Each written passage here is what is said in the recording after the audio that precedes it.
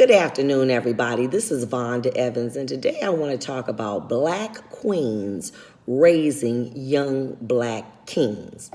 When I was a judge, I would say that probably 60 to 70% of my very serious felonies, they were young Black men, and they would be in the courtroom with their moms and their grandmothers, being their biggest support system.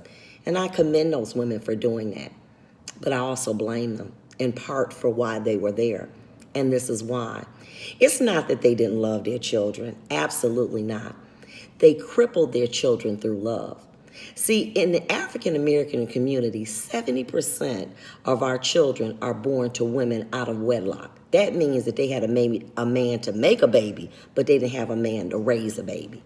So now you have two children. Let's use an example. You got a girl and you got a boy.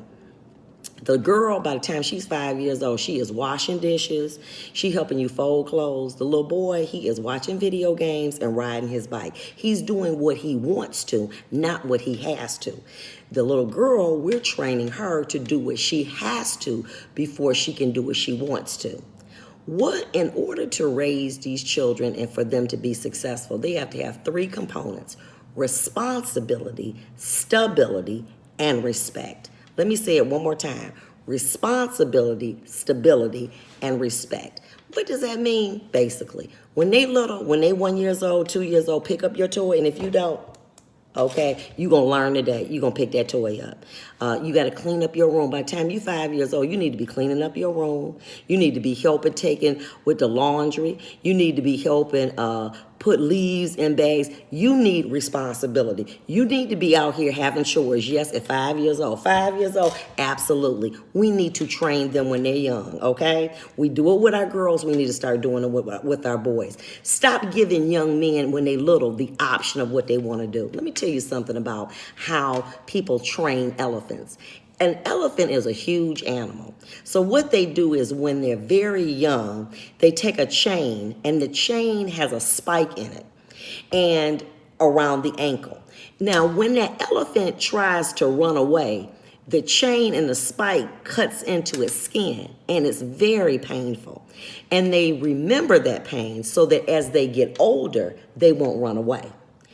I'm not saying that we need to use excessive discipline. What I'm saying to you is that we have to impart into them what is necessary to train them: responsibility, stability, and respect.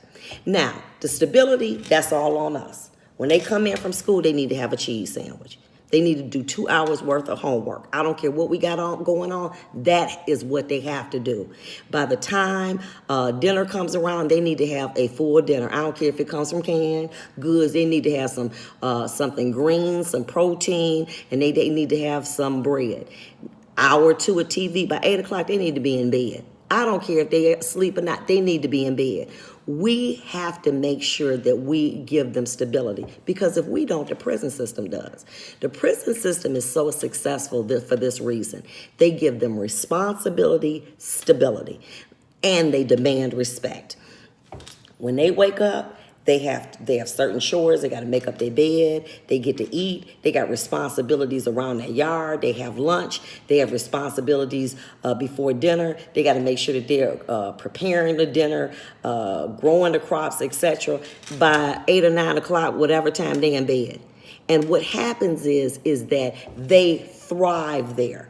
It's sad when we see the Bureau of Prisons says that children between the ages of 18 to 21, 1,988 are incarcerated. Between the ages of 22 and 25, 9,052. Between the ages of 26 and 30, 23,119, according to the Bureau of Prisons 2018 report. We have an exodus from our home to prison, and we have to stop it. How we have to stop it is not through love, through crippling them, through letting them do what they want to do. They kids. Of course, they want to eat candy every day for dinner. It's not what they want. It's what you have to instill and demand in order to raise these kings.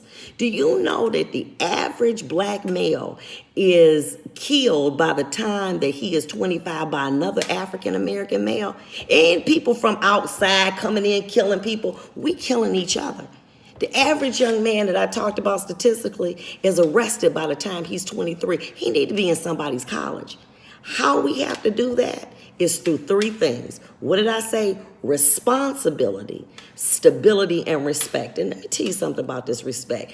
I see kids 5 years old call me by my first name. I do not respond. That is not cute. Anybody that is over their little age, that's over 21 years old, need to be responded as Miss Johnny and Miss Pat. You don't need to be having no kids calling no grown person by their first name. That is so disrespectful. You need to teach them how to respect themselves in the way that they dress, to make sure that they're dressing for success. I don't care if people make fun of them or not. And you need to teach them respect and how you conduct yourself in your relationships, how you dress. Because if we're able to do that, we will stop this exodus from the home to the prison. This is part 1 of Black Queens Raising Young Black Kings. See you soon.